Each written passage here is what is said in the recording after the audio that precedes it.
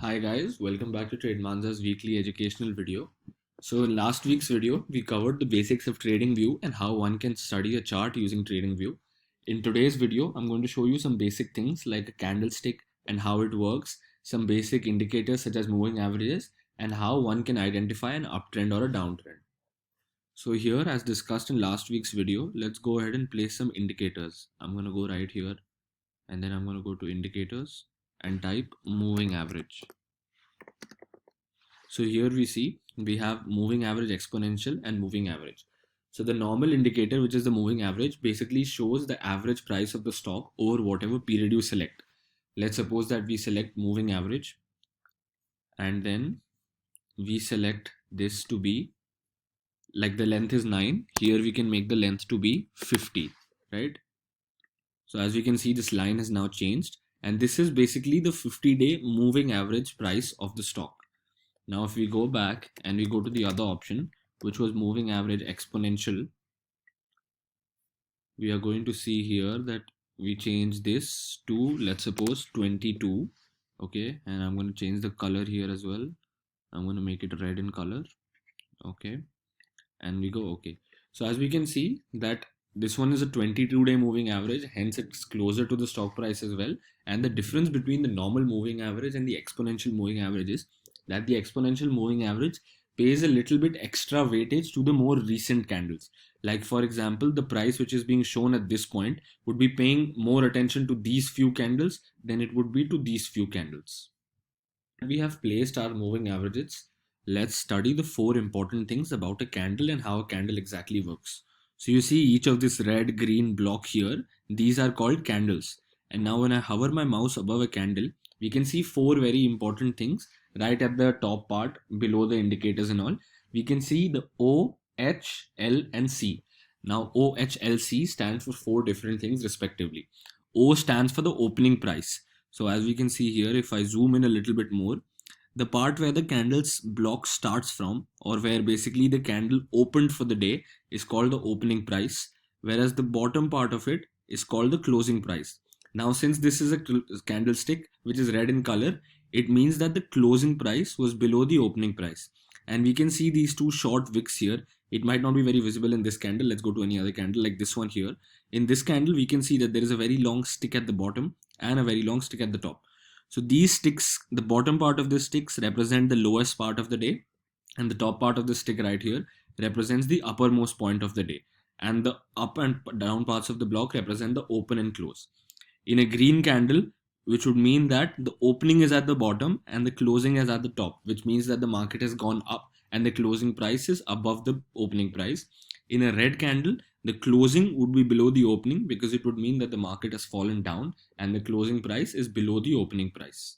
So the 4 things which these mean is, I'm going to hover my mouse above here again, the opening price, which is 7276, so that represents this point. Then the highest point, which is just slightly here at the candle top, which is 17,298. Then we have the lowest point of the day, and then we have the closing point for the day.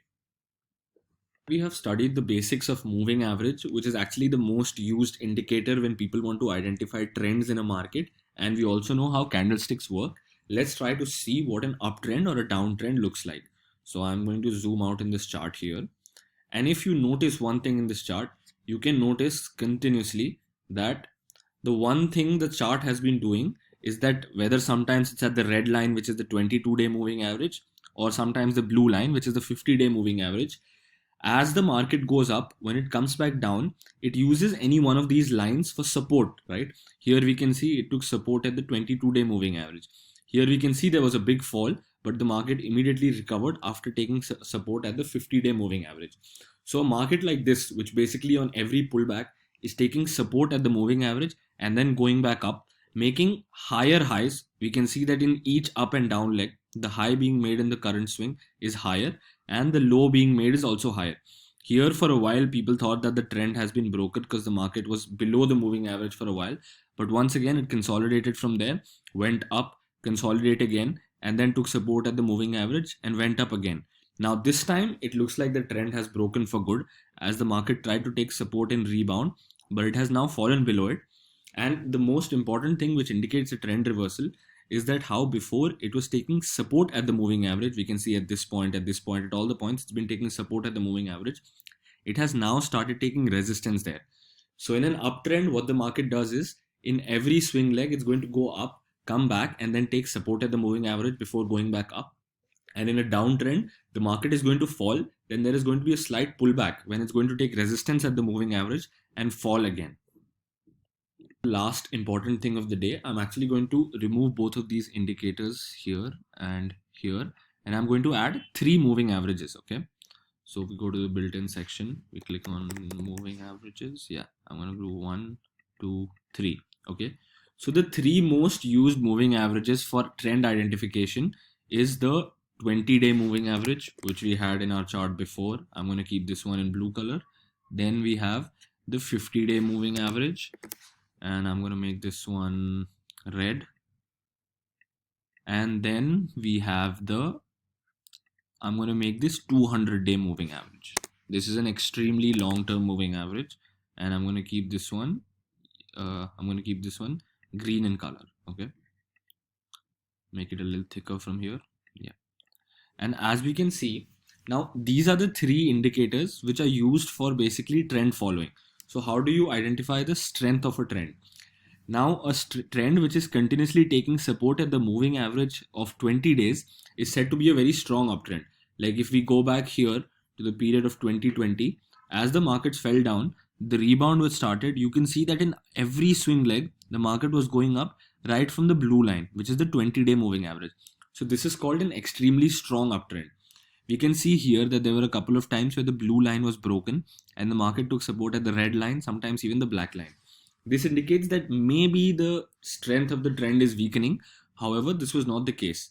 But the general assumption is that a market which takes support at the 20-day moving average continuously is in a very strong uptrend. Once the 20-day moving average is broken as a support, the next thing we can look for support is the 50-day moving average. A market which is taking support at the 50-day moving average is somewhat in a weaker trend, but in the long term, it's also seen as a healthier trend because it is falling more, so the pullback is said to be healthier. And a market which has broken the 50-day moving average as well, in that case, one can assume that the uptrend has generally been broken and now the market will be in a downtrend. However, in this case, there is one very interesting thing which is happening. The market has broken the 20 and the 50-day moving average, but the 200-day moving average is very close as well. So what one can wait for here is wait for Nifty to come close to the 200-day moving average and see how it interacts over here. Either the market is going to take support at the 200-day moving average and start going back up from here, or what is going to happen is we are going to see the market break the 200-day moving average as well. And usually the breaking of a 200-day moving average is considered an extremely bearish sign. So I think this is something we're going to find out over the next couple of weeks. So guys, that's it for our educational video. In next video, we are going to bring you things like the importance of support and resistance zone, how one can trade a stock when it is near its support and resistance, and how you can place your important orders such as the stop loss orders or the target orders. And then we are going to start getting into new indicators every week. So guys, subscribe to our channel, switch on notifications, and definitely like our video because we're going to be bringing you interesting content like this every day.